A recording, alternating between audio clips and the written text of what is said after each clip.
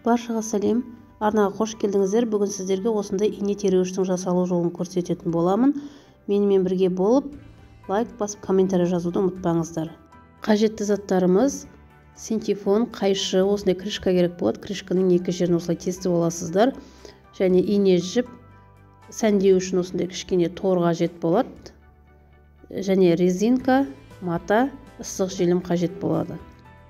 Матамызға мына крышкамызды осылай ортасына қоясыздар да айналдыра сызып белгілеп аласыздар. Және осы сызғанымыздан кейін айналдырып осылай 3 см артығымен сызып, және осы артығымен сызған жерді қиып аласыздар. Соң бізге осындай резинка қажет болады. Резинканы өзіміздің осы білегімізге өлшемізде 1-2 см артығымен аласыздар. Және осыны мына крышкамызға мына екі жерін кесіп алдық қой, сол жерге екі жағын өткізесіздер.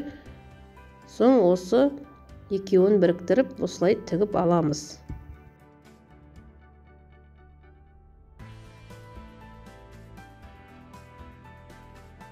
Айналдырып тігіп алдық. Енді мына матамызды аламыз. Инемізбенен осылай матамыздың жиегін көктеп айналдырып тігіп шығамыз. Айналдырып шықтық, және мына жібімізді тартып осылай аузын кішкене тарылтамыз. Соң осының ішіне енді синтефонымызды салатын боламыз. Осылай толтырып, нығыздап синтефонымызды саламыз.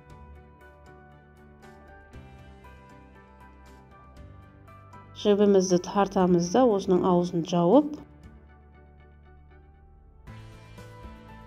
осыны енді өстіп қолымызбен жатқызамыз. Түгел барлық жеріне тегіс бару керек, және осы жерден осылай көктеп аузын жабатын боламыз.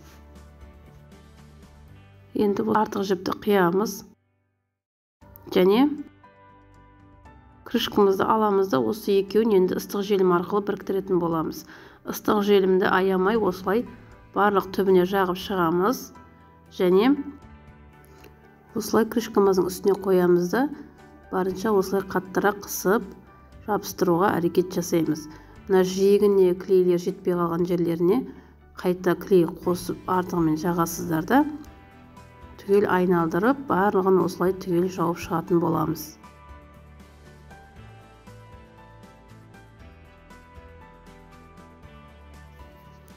Енді мына крышкамыздың жиегіне сәндеу үшін мына төлімізді өстіп ыстық желіміне жабыстырып шығатын боламыз.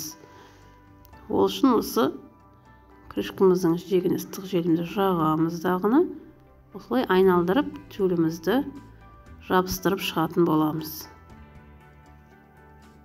Енді менде төлім артық қалды, оны қиып тастамай ақ қояйын деп осылай екінші қатарына үстіне қайта ыстық желіміне жабыстырып шықтым. Ұнаған болса лайк басып, комментарий жазуды ұмытпаңыздар. Достарыңызбен бөлісе отырыңыздар. Сау сәлеметте болыңыздар.